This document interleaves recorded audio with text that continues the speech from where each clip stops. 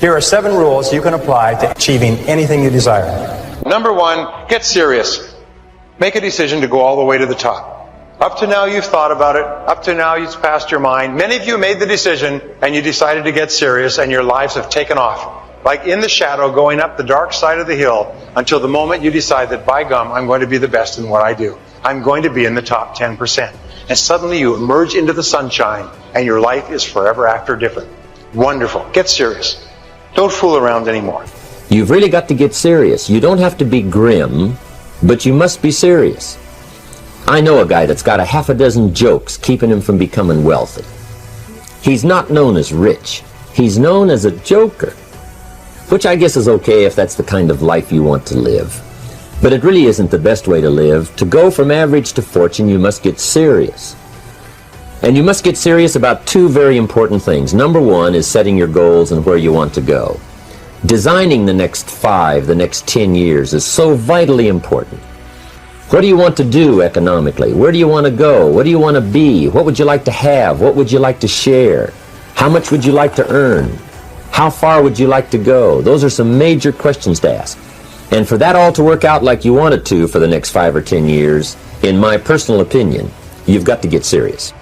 Say this to yourself every day. I can write my own book. I can have my own business. I can take the trip and travel around the world. It's possible. I can bounce back from adversity and reinvent my life. It's possible. The second letter of the 10 is competence. And this is a discovery that I made a couple of years ago, and it just staggered me because I've been studying success for years. And then there's the book In Search of Excellence, and then there's The Pursuit of Excellence, and then there's Refinding Excellence and Losing Excellence, and all the excellence books.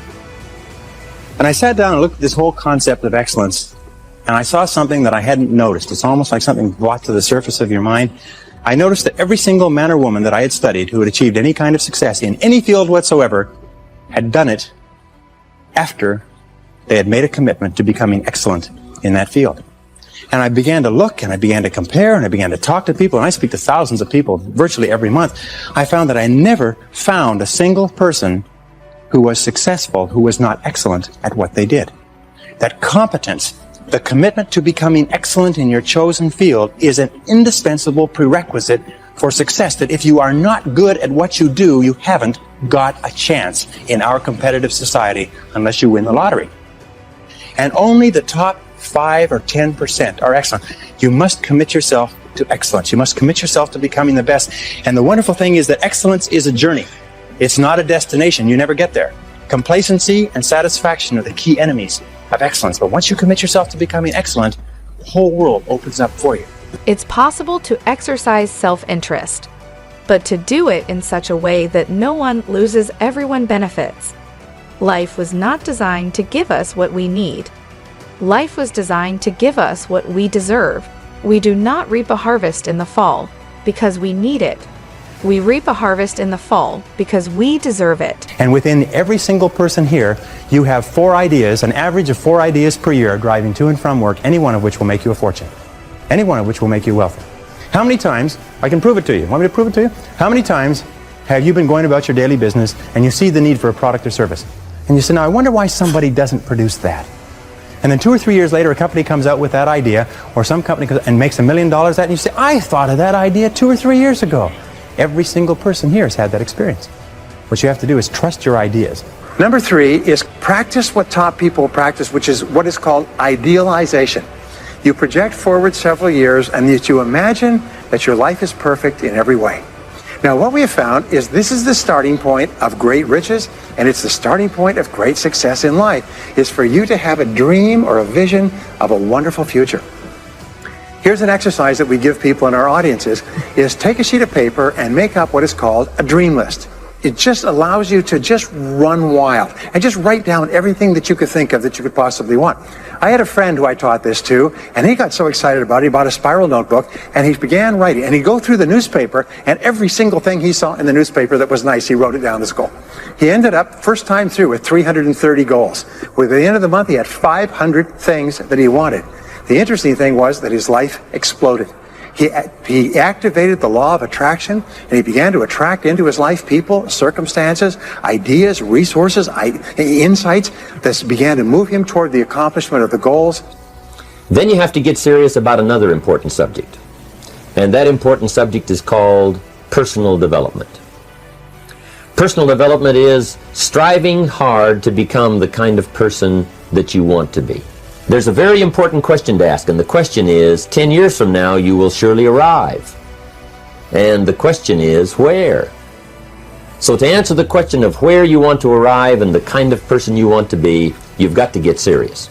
And the difference between successes and failures is not that successful people make right decisions, it is that successful people make their decisions right. The third point under clarity is to have a vision for yourself and a vision for your life. The key to having a vision is to have a dream. They say in the song, you've got to have a dream if you want to make a dream come true. And you can fulfill your dreams. All the great movers and shakers throughout all of history have been dreamers. They've been people with dreams. They've been people with visions. All leaders have vision. In the book of Solomon, it says, where there is no vision, the people perish.